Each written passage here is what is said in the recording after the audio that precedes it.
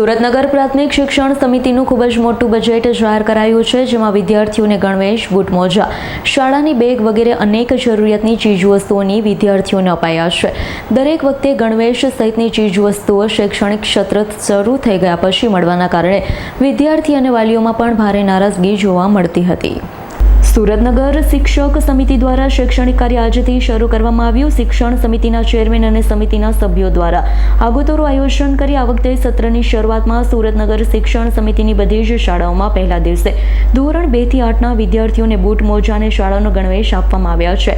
દરેક શાળામાં બાલવાટિકા અને પહેલા ધોરણના વિદ્યાર્થીઓ માટે સ્ટેશનરી કિટ, સ્કૂલ બેગ તેમજ ગણવેશ દરેક શાળામાં પહોંચી ગયો છે. આજે શાળા નંબર 218 શાળામાં બાળકોને બૂટ અને ગણવેશ વિતરણ કરવામાં આવ્યું. નગર પ્રાથમિક શિક્ષણ સમિતિના શિક્ષિકાએ જણાવ્યું હતું કે અમે આ વખતે વિદ્યાર્થીઓને ઝડપથી ગણવેશ, બૂટ મોજા આ સહિતની વિદ્યાર્થીઓની કીટ તેમને આપી દેવામાં આવી. વિદ્યાર્થીઓના ચહેરા પર સંતોષ અને સ્મિત જોવા મળ્યું છે. નગર પ્રાથમિક શિક્ષણ સમિતિનું શિક્ષણનું સ્તર ખૂબ જ સારી રીતે વધ્યું છે.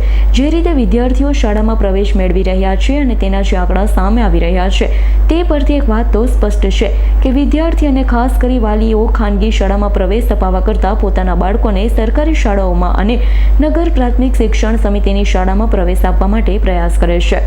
નગર પ્રાથમિક શિક્ષણ સમિતિની શાળાઓમાં પ્રવેશ પ્રક્રિયા પૂર્ણ થઈ ગઈ છે. ખૂબ મોટી સંખ્યામાં વિદ્યાર્થીઓને પ્રવેશ લઈ લીધો છે. તમામ વિદ્યાર્થીઓનું શૈક્ષણિક ક્ષેત્ર તેમજ તેમની ભવિષ્યની ચિંતા કરી તમામ પ્રકારની વ્યવસ્થા કરી દેવામાં આવી.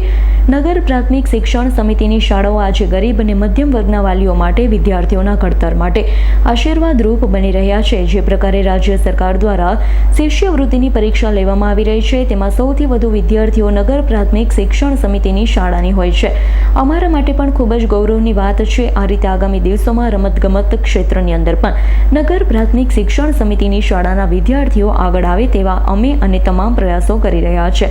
પ્રથમ દિવસે જે ધોરણ 2 થી 8ના તમામ વિદ્યાર્થીઓ સુધી તેમની જરૂરી સામગ્રી પહોંચાડી દેવામાં આવી. બાલવાટિકા અને ધોરણ 1માં પ્રવેશોત્સવ દરમિયાન તેમની કીટ આપવામાં આવશે તે પણ જે તે શાળામાં પહેલાથી જ પહોંચાડી દેવામાં આવી છે. હું કાનાણી તૃપ્તિ હર્ષદભાઈ નગર પ્રાથમિક શિક્ષણ સમિતિ સુરત સંચાલિત શાળા ક્રમાંક 218 માં ફરજ બજાવું છું. નવું શિક્ષણ ક્ષેત્ર શરૂ થઈ ગયું, કેવા પ્રકારનો અહીંયા માહોલ છે? નવા સત્રથી જ બાળકો પહેલા દિવસથી જ બાળકોની શાળામાં હાજરી જોવા મળે છે અને બાળકો ઉત્સાહભેર શાળાએ આવતા થઈ ગયેલા છે. નગર પ્રાથમિક શિક્ષણ સમિતિએ યુનિફોર્મ આપી દીધું? હા, ગણવેશ અને બૂટ મળી ગયેલા છે. અત્યારે કેટલા જોડી ગણવેશ આપે છે અને કઈ રીતે અહીંયા બાળકોને આપવામાં આવે? અમારી ગયા વર્ષની સંખ્યા પ્રમાણે જેટલા બાળકો હતા, અમારે ગયા વર્ષે 527 બાળકો હતા તો 527 બાળકોના 2 જોડી લેખી યુનિફોર્મ આવી ગયેલા છે અને અત્યારે એની વિતરણની કામગીરી જેમ જેમ બાળકો આવતા જાય છે એમ દરરોજ અપાતા જાય છે. Bureau report S9 news Surat. અમારી તમામ માહિતીથી અપડેટ રહેવા માટે જોડાયેલા રહો S9 ન્યૂઝ સાથે.